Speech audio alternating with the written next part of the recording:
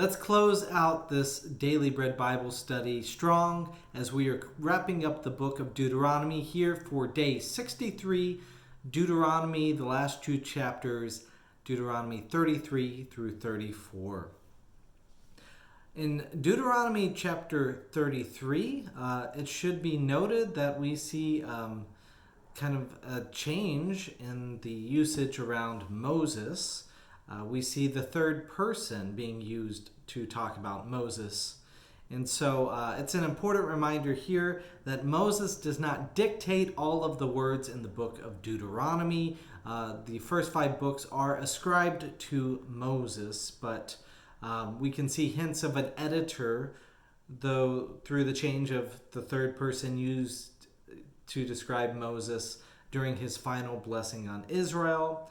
In verse 1, it's there. And then in verse 4, it says, Moses charged us. If Moses was writing this, it would be, I charged them, or I charged us. But anyways, it is not. We see in this charge that Simeon is excluded there from the list. And also in verse 5, a reference to, quote, a king in Yeshurun. Just a reminder, there is no king before the conquest of the promised land dictated in other parts of the Bible. In this Yeshurun or Joshurun is not used anywhere else except for Deuteronomy 32 and Deuteronomy 33, where it appears twice in 33.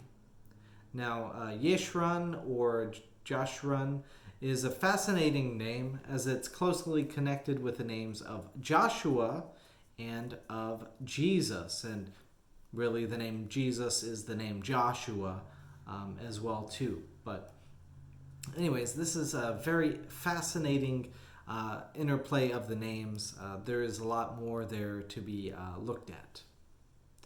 In Deuteronomy 33 verse 28, it says, So Israel lives in safety, untroubled is Jacob's abode in a land of grain and wine, where the heavens drop dew down. But all of this is before the conquest has happened. This is similar to Jacob's blessing of his sons, which is there wrapping up the book of Genesis in chapter 49, as we discussed on day 15. So are these anachronisms, or are these just foreshadowing what's to come? It's up to you to decide. In Deuteronomy chapter 34, the last chapter of the book of Deuteronomy, Moses does not write these words about his death. We can see that an editor goes into narrator mode to describe Moses' death, starting in verse 4. The Lord said to him, This is the land of which I swore to Abraham, to Isaac, and to Jacob, saying, I will give it to your descendants.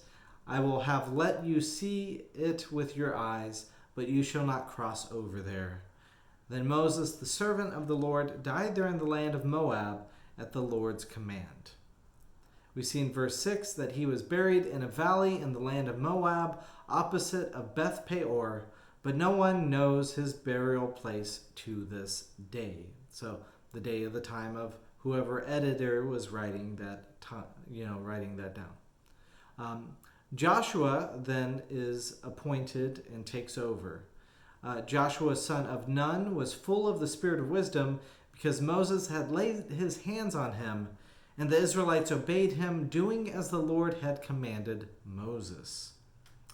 That was in verse 9, and in verse 10 there is a brief eulogy or good words for Moses.